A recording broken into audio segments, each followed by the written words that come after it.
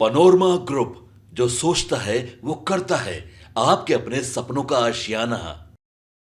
यह चर्चा कि तेज प्रताप यादव जदयू में शामिल हो सकते हैं। चुनाव नतीजों के बाद बिहार की राजनीति में अचानक एक बड़ा विमर्श बनकर उभरी है। हालांकि अभी तक इस मुद्दे पर ना तो जदयू की ओर से और ना ही तेज प्रताप की ओर से कोई आधिकारिक पुष्टि हुई है, लेकिन उनके हालिया बयानों, सोशल मीडिया गतिविधियों और राजनीतिक रुख ने इस संभावना को और मजबूत कर दिया है। तेज प्रताप यादव हमेशा से महागठबंधन के भीतर सबसे अलग और विंदास बयान शैली की चर्चा में रहे हैं। कई मौके पर वह अपने ही पार्टी नेतृत्व और चुनावी रणनीतियों से असंतुष्ट दिखे हैं, जिसके कारण राजनीतिक विश्लेषकों मानते हैं कि उनकी विचारधारा और मौजूदा संगठनात्मक वातावरण के बीच तालमेल कमजोर होता गया है। 2025 के बिहार विधानसभा चुनाव में एनडीए ने 243 में से 200 प्लस सीटें जीतकर रिकॉर्ड कायम कर दिया और महागठबंधन को ऐतिहासिक हार का सामना करना पड़ा।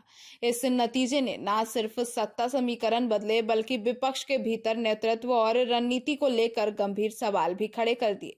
इसी दौरान तेज प्रताप का एक बयान सामने आया जिसमें उन्होंने कहा कि मैं हार कर भी जीत गया। उनके इस बयान का राजनीतिक अर्थ निकाला गया और इसे सीधे सीधे महागठबंधन के नेतृत्व पर कटाक्ष के रूप में देखा गया। बहुत से विश्लेषकों का मानना है कि तेज प्रताप ने इस बयान के माध्यम से अपनी स्वतंत्र राजनीतिक सोच और व्यक्तिगत पहचान को रेखांकित किया है। तेज प्रताप ने अपने बयान में यह इशारा भी दिया कि चुनाव केवल सीट जीतने पर का खेल नहीं, बल्कि राजनीतिक संघर्ष, अनुभव, सीख और वैचारिक मजबूती भी जीत का एक बड़ा हिस्सा होती है। उनका यह कहना कि वे हार कर भी जीत गए, उनके मनोवैज्ञानिक और राजनीतिक दृष्टिकोण की ओर इशारा करता है, जिसमें वह खुद को केवल चुनावी परिणामों से नहीं बल्कि व्यापक राजनीतिक सफर और आत्मसम्मान के आधार पर आंकते हैं।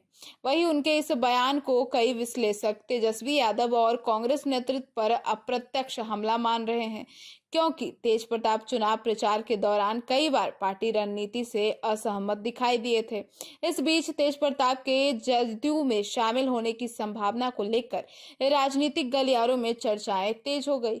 नीतीश कुमार की पार्टी उन्हें एक soft Hindutva, social justice communication वाले चेहरा के तौर पर इस्तेमाल करना चाहती है। इसके अलावा जदयू उन्हें भावनात्मक, धार्मिक और युवा नेतृत्व का प्रतिनिधि मानकर सस्पेंस भी क्रिएट कर रही है, क्योंकि बिहार की राजनीति में ब्रांड, पारिवारिक पहचान और कैडर कनेक्शन मायने रखता है। हालांकि यह केवल अनुमान है और विश्लेषकों है, क्योंकि तेज प्रताप के फैसले अक्सर भावनात्मक और अप्रत्याशित रहते हैं। फिलहाल तेज प्रताप के साफ तौर पर कहा है कि नहीं कि वह पार्टी बदल रहे हैं, लेकिन यदि भविष्य में ऐसा कोई कदम उठाया जाता है तो यह बिहार की राजनीति में बड़ा बदलाव माना जाएगा। इसीलिए इस पूरे घटनाक्रम को अभी राजनीतिक अटकल की श्रेणी में रखा उचित है, जब तक यह स्वयं तेज प्रताप आधिकारिक रूप से अपना रुख स्पष्ट ना कर दे। Bureau report, City Post live.